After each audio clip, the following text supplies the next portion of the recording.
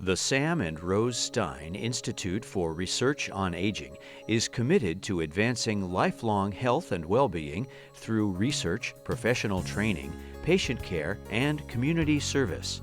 As a nonprofit organization at the University of California, San Diego School of Medicine, our research and educational outreach activities are made possible by the generosity of private donors. It is our vision that successful aging will be an achievable goal for everyone. To learn more, please visit our website at aging.ucsd.edu.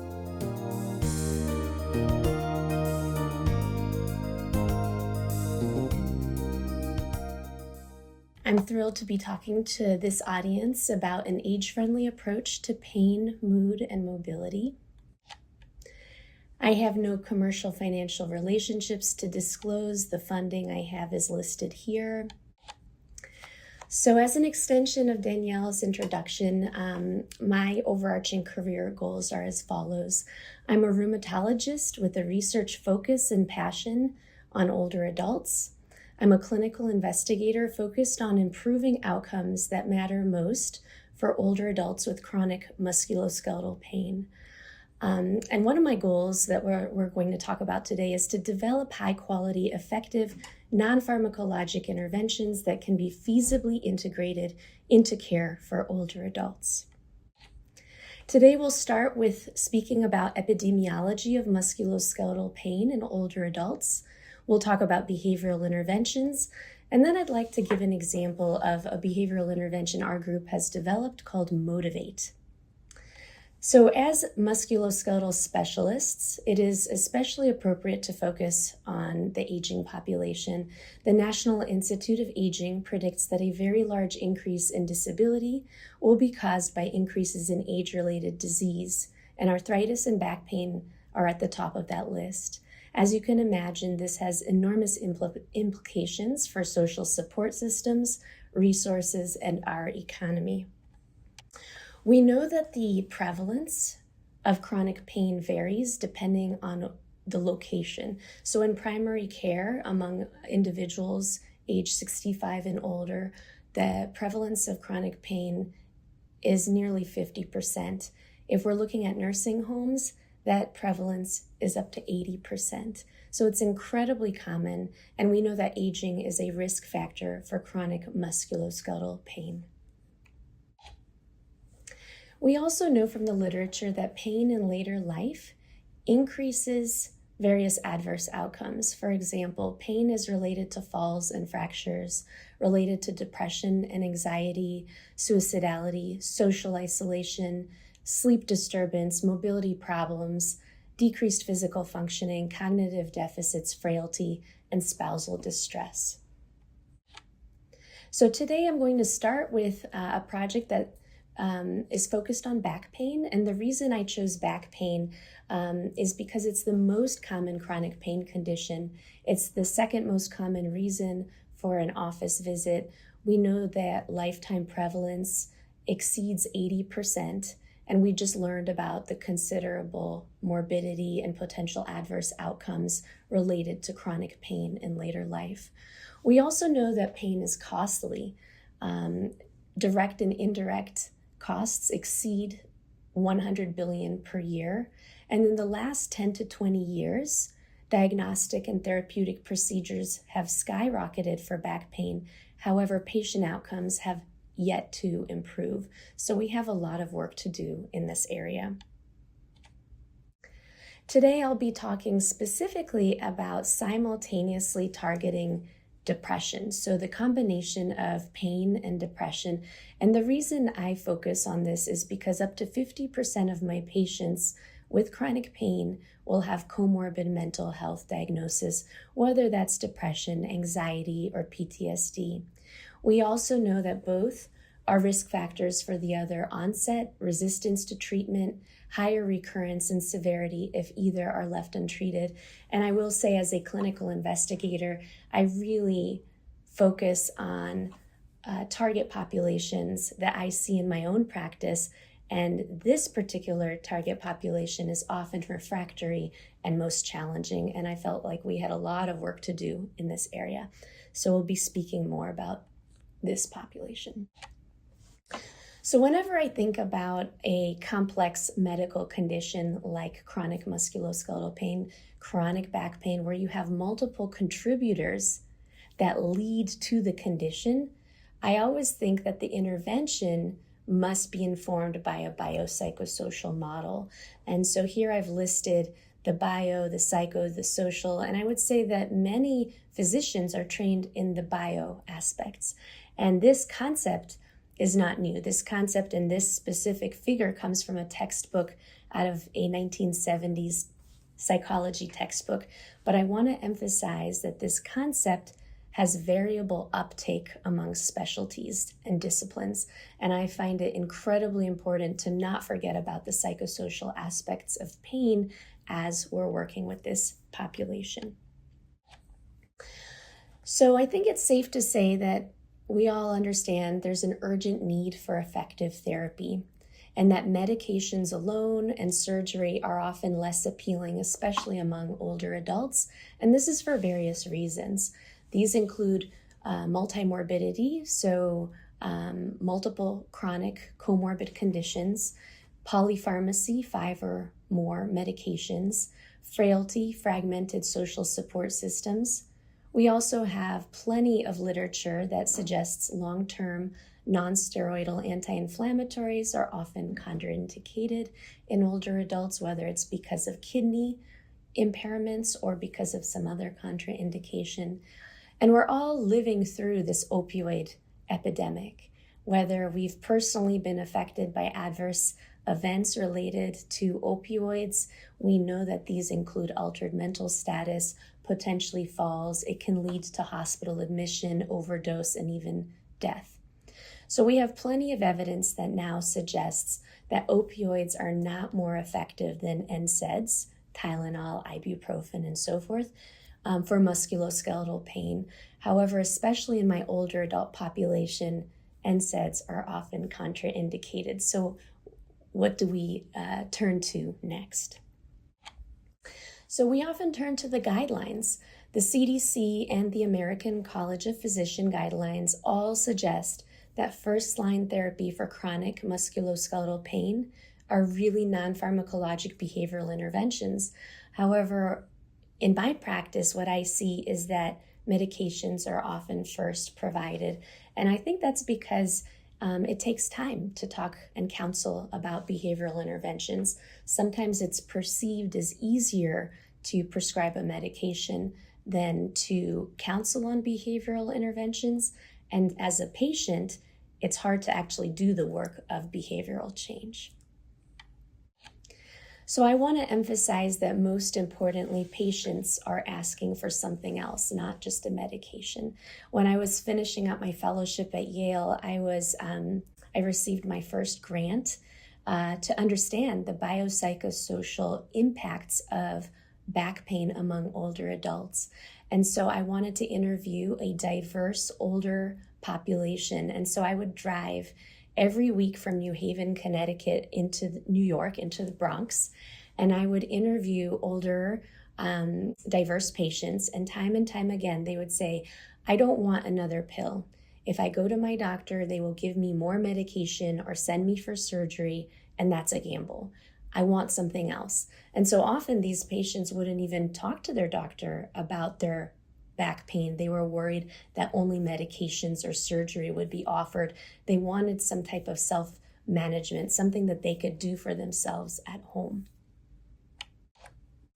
So let's talk about existing behavioral interventions. We know that cognitive behavioral therapy focused on chronic pain is effective and relatively safe. As I was speaking to various experts around the US, we felt that perhaps cognitive restructuring may be challenging in older adults, especially if there's some aspect of cognitive impairment. We have mindfulness, meditation, Tai Chi, and yoga. We have robust literature on physical activity. However, very few interventions focus exclusively on older adults. Many of these interventions have been developed for younger adults, and we extrapolate what works for younger adults to older populations. And very few interventions have been developed with the comorbidity of physical pain and mental health in mind. In 2015, I was invited to serve on this expert panel for this state-of-the-art conference focused on non-pharmacologic approaches to chronic musculoskeletal pain management. This was sponsored by the VA, and it's good to know that we have sufficient evidence for various implementation-ready interventions for pain. These include manual therapies as listed here, acupuncture, massage, behavioral therapies, movement therapies. However, different approaches have similar efficacy, and no one approach is effective for most patients. So what I like to propose is that we offer a toolbox for our patients of various approaches that's really based on access and ability to move forward with these interventions. And again, I want to reiterate that very few interventions were developed with and for older adults with both pain and mental health conditions. So with that, I want to go through a very typical patient that I see in my clinic. This could be Mr. L or Miss L, a 78-year-old gentleman with 20 or more years of episodic low back pain that radiates down the legs, that does not radiate down the legs. Bending, lifting exacerbate the pain. He rates his pain as 7 out of 10. And I just want to emphasize that we often ask our patients to rate their pain. And what I tell my fellows and the residents that I work with and the medical students, that number means very little to me if I don't understand how it actually impacts you from a functional standpoint. So I always want to understand that 7 out of 10 pain. What does that mean? Well, Mr. L is unable to garden all afternoon as he used to. He avoids church. He's worried about spasm, and that is embarrassing. He declines offers to see friends, and he has poor concentration. He feels hopeless at times and lonely. His grandkids rarely visit, and he seems to have tried it all. He's tried physical therapy, chiropractic care, Tylenol, NSAIDs, tramadol, opioids even, epidural steroid injections, and nothing seems to have helped. On exam, he is a thin gentleman using a cane. He has some paraspinal muscle spasm, and he has bony enlargement of his knees and his small hand joints consistent with osteoarthritis. Further assessment indicates he has moderate depressive symptoms. So it's really for patients like this that I see every single day that I wanted to provide and create more opportunity and options for age-friendly care. So we proposed a novel intervention that builds on prior work. We call this Motivate, Moving to Improve Pain and Depression in Older Adults. Here we develop and evaluate a telephone-based behavioral intervention for older adults with both back pain and depression.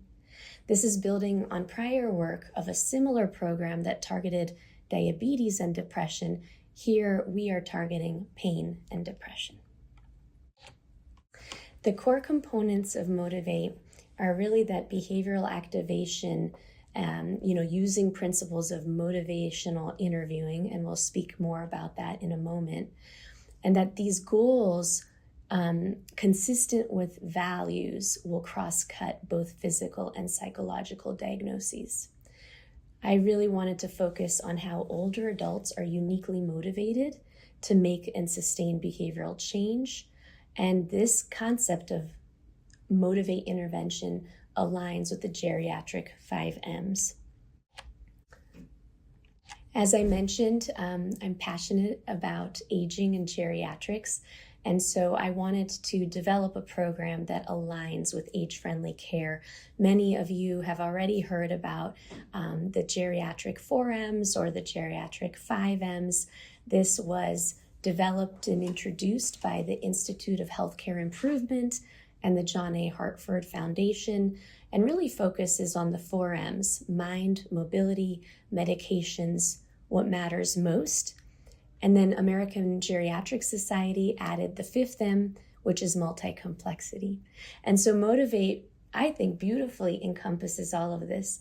We're targeting depression, which is part of mind. We are focusing on physical activity and improving movement. We assess for medications, and at the heart of Motivate intervention is really understanding what matters most to our patient. So what is motivation? And so as I was building out, Motivate as the intervention, I was thinking, well, I don't really want to focus purely on cognitive behavioral therapy. What else can we target? And it's really motivation and using motivational interviewing. So motivation is the driving forces responsible for initiation, persistence, direction, and vigor of goal-directed behavior. These investigators looked at 89 studies assessing changes in motivational constructs for physical activity, and these included intention, stages of change, and autonomous motivation. And the behavioral change techniques that were most beneficial included behavioral goal setting, self-monitoring of that behavior, behavioral practice and rehearsal, and increases in intention and stage of change were significantly related to increases in physical activity. So this was critical as I was designing Motivate. I really want to target motivation. So with that, I decided to focus on motivational interviewing. What is MI, motivational interviewing? MI is a collaborative, person-centered form of guiding to elicit and strengthen motivation to change. It really tackles ambivalence to make a behavioral change. It originated with substance use and really encompasses a wide variety of target behaviors. It is not recommended as a manualized treatment, so we really use MI techniques in Motivate. This is a schematic that essentially shows that our coach in Motivate identifies what matters most, which is what we call values, links a physical activity-based goal to those values, and thereby we hope to motivate the patient, activate the patient to improve the behavior, in this case, physical activity, and then hopefully sustain the behavioral change. This is a conceptual model that we developed with colleagues. It's essentially a model pathway by which our behavioral intervention is hypothesized to improve the behavioral and ultimately clinical outcomes. So Motivate targets the aspects in the red box in hopes to help the patient engage in physical activity and ultimately improve pain and depression. So I'm going to walk you through how our team developed Motivate. In phase 1, we really developed this telephone-delivered intervention for older adults with back pain and depression. Again, all delivered over the telephone. Telephone health coaching is particularly appealing, especially to improve access for those who may be mobility limited. Early on in my career, when I was doing more epidemiology, we published a study really showing a strong association between back pain and resulting mobility impairment. So my question was always, how can we make this most convenient for the patient? How can we do this in their home, in the community, and not have them drive into our clinic? We also know from the literature that types of client-selected goals most often met with telephone health coaching include physical activity, emotional health, and pain management. So that is really Motivate. So Motivate is 8 sessions long, delivered over 10 to 12 weeks by a health coach. So Mr. L, why is telephone coaching ideal? He lives 3.5 hours away. In rural areas, there are rarely behavioral services that patients can access. So we enjoy working with Mr. L in his own home. This is a table outlining session content. In the beginning, we get to know the patient. We try to understand how the back pain impacts their day-to-day life, how the depression and back pain are linked. In session 2, we talk about values and we talk about what is most important to the individual. In session 3, 5, and 6, we identify and then plan goals. So physical activity-based goals that are based on one of the values that were identified in session 2. In session 4, I really thought this would be an optional session, challenging thoughts and beliefs, but truly everyone does have some maladaptive behaviors that we can work on. And then in session 7 and 8, we really try to teach the individual, teach the patient how to carry on these behaviors without us. So one of the most gratifying aspects of doing clinical research and health services research in this way is developing an intervention with and for older adults.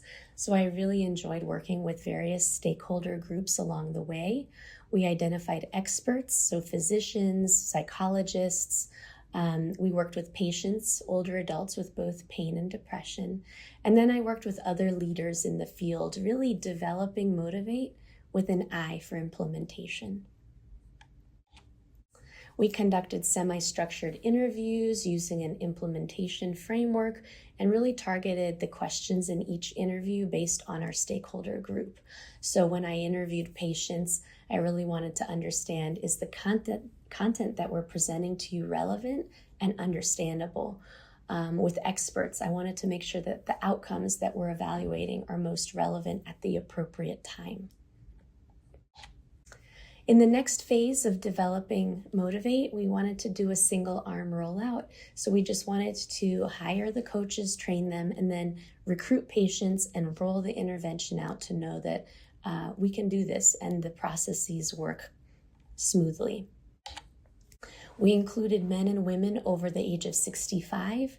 We were targeting low back pain for the last 3 months, not the occasional ache and pain, but truly back pain that interferes with their activities. We also recruited patients with a threshold of depressive symptoms of a PHQ-9 of greater than 10. And I wanted to make sure that these individuals are capable of participating in a home-based physical activity program.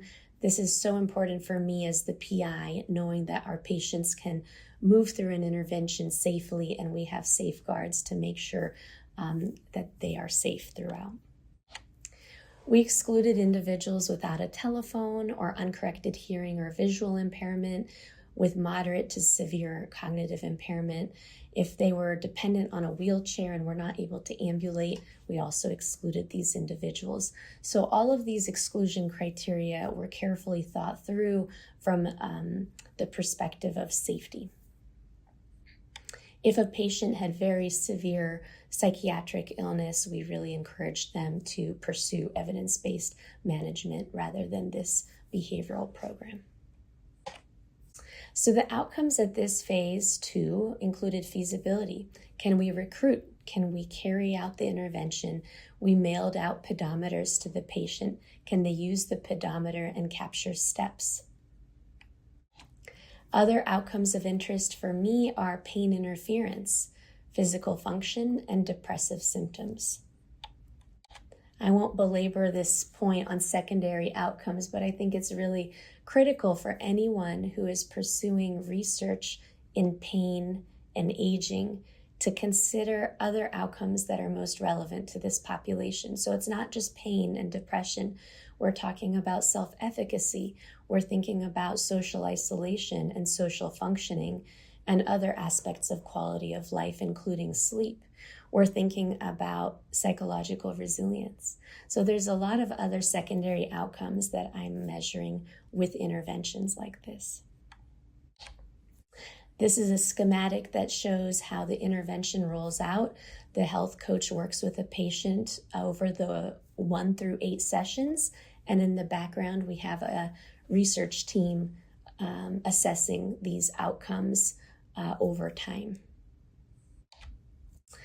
So Mr. L, how is he doing in the course of Motivate? What is his progress to date? He identified the following values. He values being a good grandfather and being physically present. He linked the goals of taking his grandson to soccer twice a week and then inviting him to his home on Sundays to walk and watch him practice soccer. So with that, his steps increased from 700 a day to over 3,000 a day. He also values cultivating friendships, connecting with nature, spirituality, and religion. And so we've linked several of these goals and physical activity-based goals to the values listed here. The outcomes that did improve are step counts, readiness to change, depression, self-efficacy, disability, and social isolation. And so my question was always, will he sustain these behaviors once our program is done? And really, one of the core features of Motivate is that our coach encourages our participants to engage in his social circle. So identifying the grandson, identifying friends from his church circle to work with.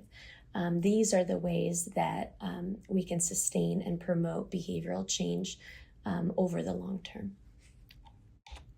So in phase 3, we conducted a pilot trial to assess feasibility. Now we're looking at comparing Motivate against a control group. So here we recruit participants, we randomize them to either the comparator arm or the Motivate arm, and then we assess outcomes during and then at different time points after. So we enrolled 50 subjects for this initial trial. Recruitment rate was about 11%, which is typical for this patient population. Several reasons for screening out were great for the patient, maybe difficult for our research team, but it's great when patients don't meet that depression threshold.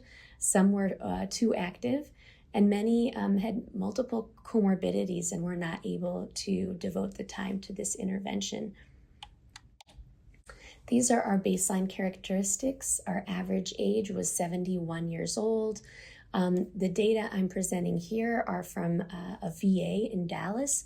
We have 80% men, 20% women, a very diverse sample with 50% white, 42% African American.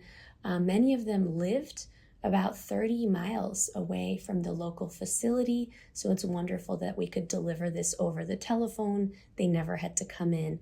All of them had moderate pain, moderate depression, moderate to severe depression, and disability. So this intervention was feasible. The pedometer was easy to use, step counts improved, the patients engaged wonderfully with our coaches, and we were able to deliver the intervention as intended. I'm going to present some very preliminary results. These are just trends. We were not powered to look for statistical significance, but I just want to highlight some of the trends and outcomes. So PEG-3 is a pain interference outcome that is, I think, very useful when we're doing pain research. It's not just the numerical rating scale, how severe is your pain, but we're asking here, how does pain interfere with different aspects of your life? So here we see the PEG-3 in the top left upper quadrant, and in blue we have Motivate.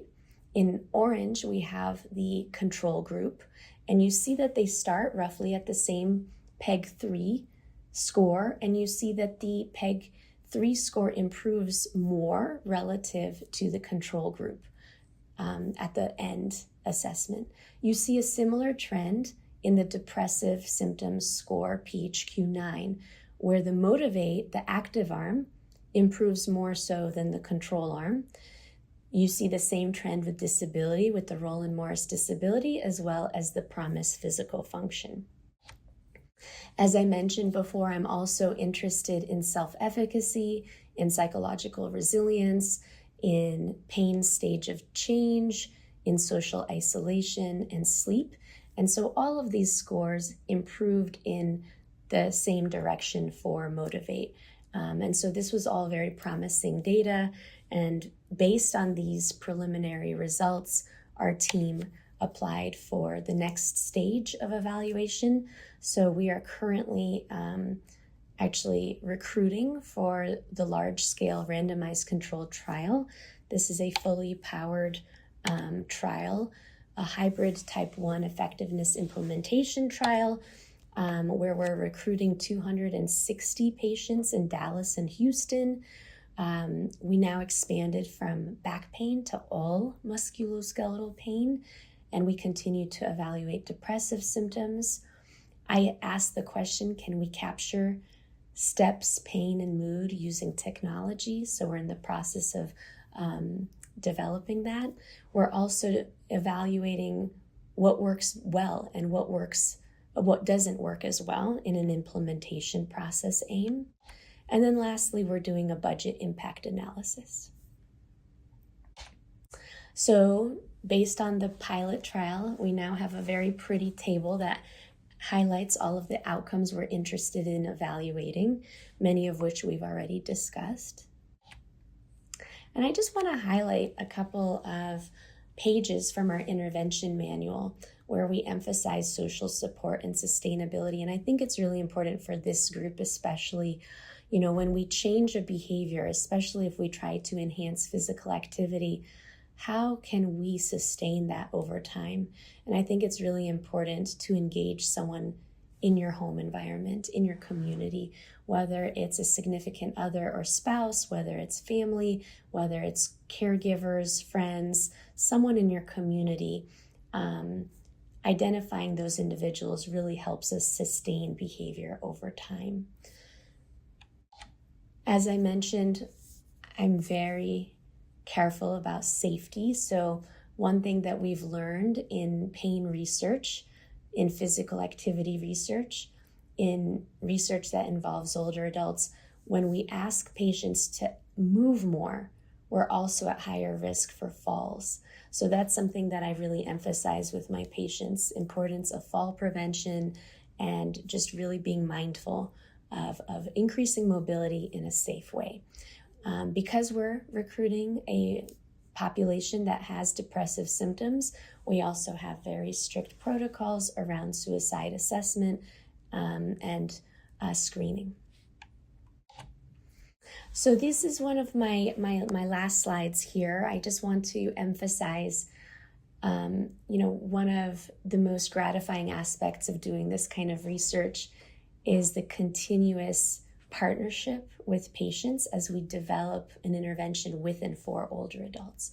So at every stage of development, and even now as we're scaling up, I'm seeking input from our older adults with pain and depression to understand what works and doesn't work. And at each stage, we iteratively refine our protocols and processes so that ultimately the end user is more satisfied. So a few take-home points why this work matters. I hope we've discussed during this last hour, older adults living with chronic pain are at increased risk for disability, falls, depression, and social isolation. Patients consistently ask for alternatives to opioids and invasive procedures. Motivate was designed to provide a scalable, evidence-based behavioral support that improves mobility and quality of life. And this work has the potential to expand access to age-friendly care nationally through telehealth and implementation science. A few more take-home points. Pain and depression are deeply interconnected. What I tell my patients is that I can't really treat the pain if the depression or anxiety is not acknowledged and optimized. So we really need to think about how to address these together. Mobility is one of the strongest predictors of independence and healthy aging. So it's been a real kind of gratifying experience trying to link pain, depression, mobility among older adults with this Motivate intervention. Small, meaningful increases in movement can produce clinically significant improvements. So what I tell my patients is really to celebrate the small wins. Behavioral coaching can empower older adults to reconnect with valued activities and relationships. I think we've learned a tremendous amount about how individualizing the goals to what the patient values is truly most meaningful and has the most hope of actually making and sustaining behavioral change. And then finally, scalable non-pharmacologic interventions are essential for the future of healthy aging. I really think it's an incredibly important part of the biopsychosocial approach to managing pain and depression in this population. And I hope this is just one example of something that we can scale up. So with that, I want to thank you for your time. I've listed my emails. I'm always happy to answer questions. Thank you so much, Dr. Makris, for such an amazing talk. That was fantastic. A reminder that this is an opportunity to be able to ask questions directly to Dr. Makris. Okay, Dr. Makris, let's kick it off. Here's our first question, and I don't want to botch the pronunciation, so I might need a little bit of your help here, okay? Are there specialists with particular expertise in Ehlers-Danlos syndrome? Hypermobility, especially in older adults experiencing chronic pain. I could have botched the pronunciation of that. Do you know what that means? You pronounced it perfectly. So Ehlers-Danlos syndrome and hypermobility, these are connective tissue. The Ehlers-Danlos is a connective tissue disorder. It's a genetic disorder. And it's interesting. It depends where you're located. So sometimes physical medicine and rehabilitation takes care of Ehlers-Danlos. Often you want to see a PMR, physical medicine and rehab specialist, in addition to a geneticist. Many rheumatologists do not see Ehlers-Danlos. And then hypermobility is yet another condition. You can have hypermobility with Ehlers-Danlos, which is a connective tissue disease, or you can have hypermobility independent of Ehlers-Danlos. And again, it all depends on function and what are your functional goals. So what I suggest and what I typically see is if you can connect with a trusted physical therapist and a PMR specialist to help you achieve your goals, that's the most effective. Okay, that makes sense. Thank you very much for that. Okay. Do you have any special recommendations for someone who has stage 4 Parkinson's? So that's a great question. I think always in conjunction with your neurologist and possibly geriatrician. I think the question as it pertains to this particular talk is, how can we get a stage 4 Parkinson's individual out there and more mobile, especially if they're experiencing pain and depression? Very common. And I think that the key is to do this safely and try to reduce the risk of falls. A lot of my patients who do have Parkinson's and pain and depression, they tend to have a lot of falls. So how do we enhance physical activity as safely as possible? I will just put a plug for mobility devices. I think it's really important to walk safely with a mobility device and get out there and move, but don't overdo it. Okay. Which sounds like common sense. Yes. No, but that's helpful. Thank you. Okay. Again, watch out for my pronunciation here. Do you differentiate between types of pain? So for example, neuropathic or nociplastic, or mainly focus on M.Sc pain with known etiologies? That's a great question. And I think the question really is, and I'll just try to summarize that and maybe reframe it a little bit if I may. There are many different types of pain. And so the 3 large categories of etiologies of types of pain, you have neuropathic pain, which can sometimes be the burning, sharp shooting pain. We think of that like with diabetic neuropathy. We have nociplastic pain, which we sometimes think of as fibromyalgia and centralized pain. And then we have nociceptive pain, which we sometimes think of as osteoarthritis or inflammatory arthritis, rheumatoid arthritis. So I do try to understand the etiology, and I ask always, where is the pain coming from? Because the way we approach the pain often will differ. So I do try to differentiate the pain, but at the end of the day, many patients will have a combination of different types of pain. And so that's where my job as a rheumatologist is this inflammatory arthritis from gout, which is crystal arthritis? Is it from rheumatoid arthritis? Is it from osteoarthritis?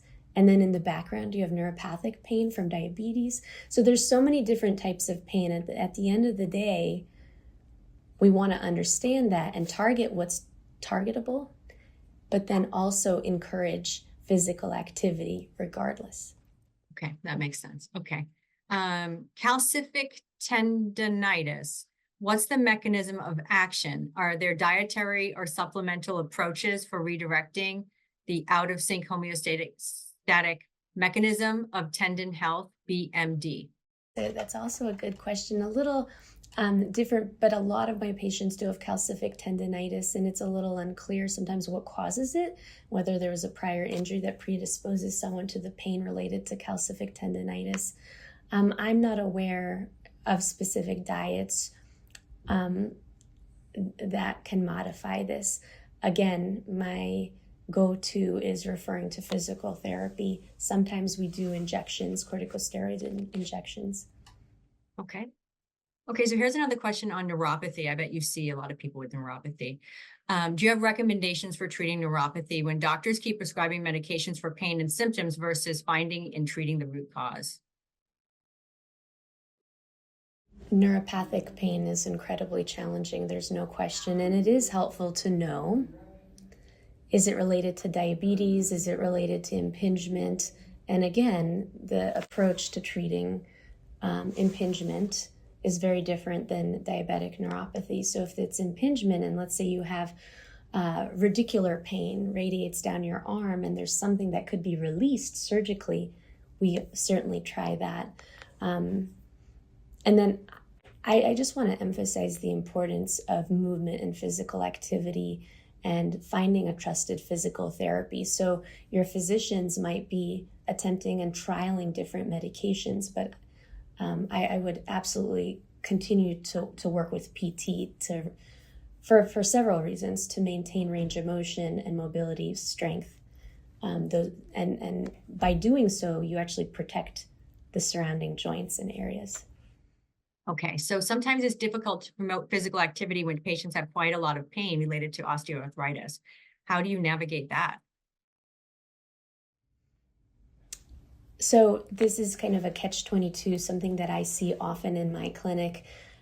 Doc, you're asking me to be more active, but I have so much pain. And so it's a vicious cycle, and then you have less physical activity, maybe some weight gain. So I think it's a very, very common and challenging situation. And so engaging with your primary care doctor, whoever that may be, whether it's in geriatrics or in family medicine or general medicine, engaging with PT, what I usually like to do is get to the point where we can use topicals, topical diclofenac or Voltaren gel.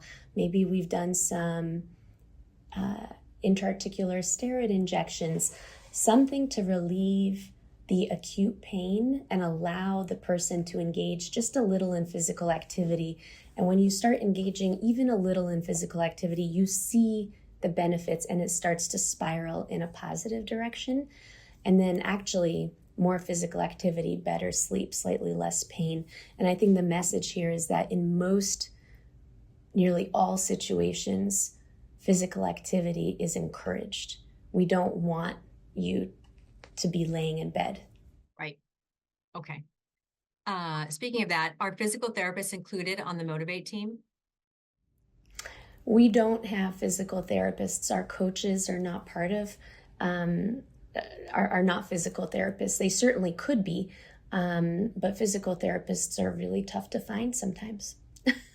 They would be ideal. And I will say that maybe Motivate as a program is something that physical therapists could kind of learn as part of their approach to pain and depression in older adults, in addition to what they have in their toolbox already. Okay, that makes sense. Okay, well, speaking about coaches, what type of training do your coaches have, and who else can serve as a coach? It's a great question. My sense is, the coaches in Motivate all had an interest in pain and depression and had a particular fondness for older adults.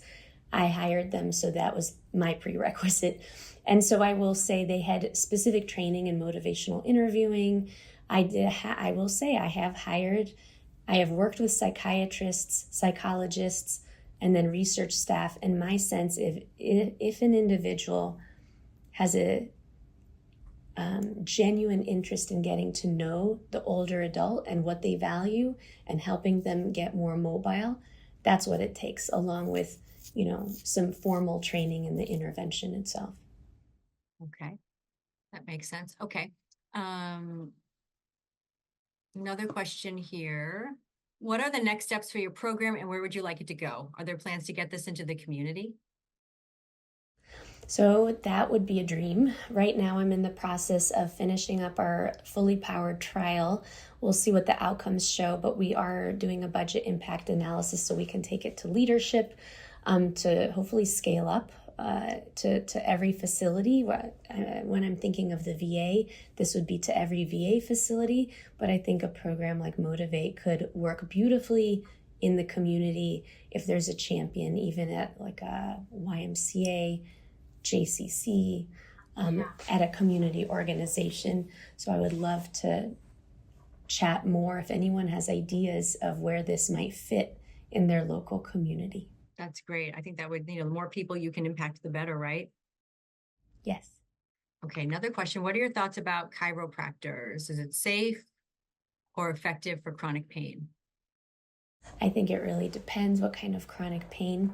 I work in research with quite a few chiropractors, and I think realignment does seem to help quite a few people. I pause as a rheumatologist when I have inflammatory spine conditions, autoimmune inflammatory spine conditions. I certainly pause if there's osteoporosis. I'm always worried about potential complications. So I would just always ask your primary care provider about safety regarding a chiropractic referral. Okay, that makes sense too. Okay. Will you add a dietary component to Motivate? Like, what are your thoughts on that?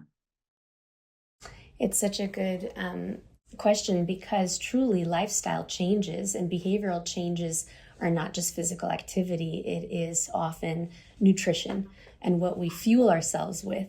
And so perhaps, we could discuss a broader intervention, a multi-component intervention that targets both physical activity and diet. We're learning a lot more about anti-inflammatory diets. So certainly that's something that we could discuss. It's not currently part of Motivate. Okay. Okay, well, with that, we've gotten to all of our questions for today. Dr. Makris, I want to thank you for an amazing talk and just honor the work that you're doing. It's so meaningful and impactful.